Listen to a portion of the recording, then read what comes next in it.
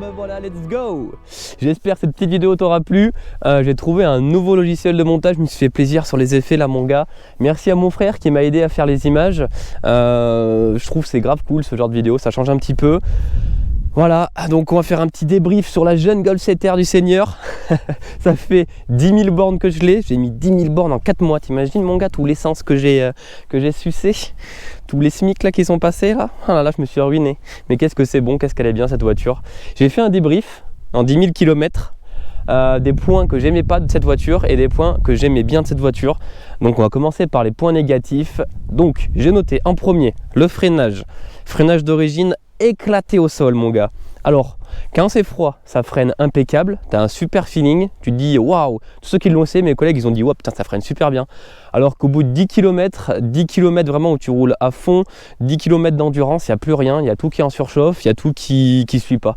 Donc voilà, ça peut se régler, tu mets des disques ventilés, tu mets des meilleures plaquettes, ça sera mieux, mais d'origine le freinage est vraiment pas au rendez-vous. Donc ça, premier point faible. Deuxième point faible, l'échappement d'origine, hyper bridé, vraiment c'est très décevant. Il y a des catades partout. Franchement, j'ai acheté une voiture de 300 bourrins, le matin je la démarrais gros, j'ai l'impression de démarrer un aspirateur Dyson pour aspirer ma moquette quoi. Il y avait zéro bruit, c'était horrible. Donc ça on y a remédié, on a mis suppression des catas plus 4 bacs Remus avec clapet. Et vraiment d'origine, ouais, c'est pas la peine, tous les propriétaires de Golf 7R le diront. Hein. Là on est sur la phase 2, sans FAP, mais même elle, c'est pas la peine. Deuxième point négatif.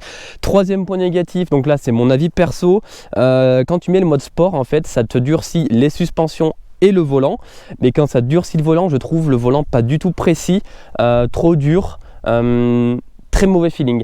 Alors après, tu peux y parer dans le mode individuel, tu peux mettre vraiment tout ce que tu veux en mode sport et moi je mets tout sauf le volant. Mais vraiment, ça c'est mon avis perso, j'aime pas cet aspect là du volant.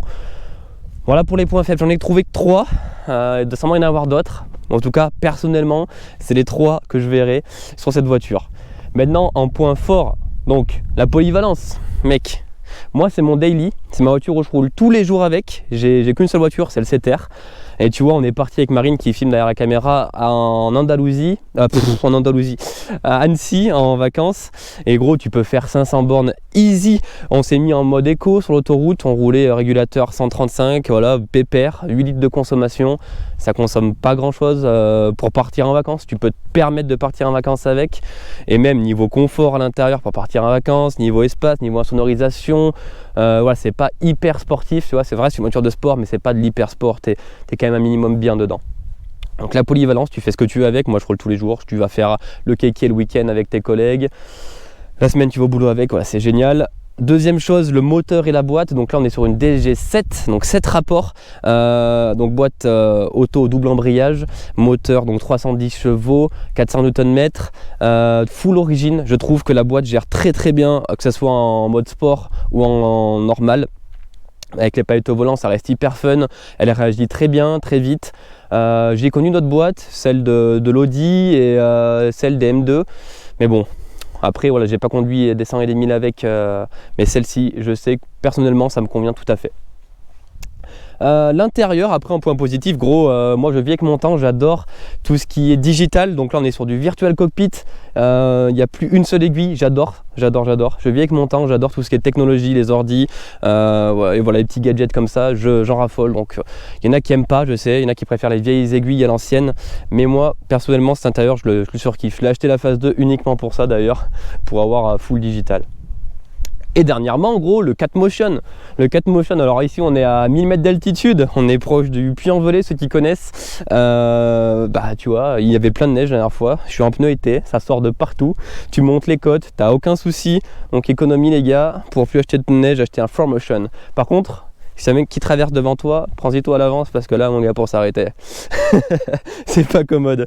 Enfin voilà les points positifs de cette voiture. Et après même l'aspect général, l'intérieur est beau, moi j'aime ce physique là, je la préfère quasiment à la Golf 8R, mais bon après c'est les goûts, les couleurs, et le bleu lapis fait aussi la diff. Je te cache pas. J'espère que cette petite vidéo vous aura plu en tout cas. Voilà pour mes ressentis à moi cette voiture avec 10 000 km à bord. N'hésite pas à poser un petit commentaire, un petit pouce bleu, ça m'aide énormément pour le référencement. Pour toi c'est pas grand chose. Et abonne-toi si c'est pas déjà fait. Bye bye la famille, je vous kiffe. Tchou, on se refera des petits montages comme ça, vous inquiétez pas. Allez, bye bye.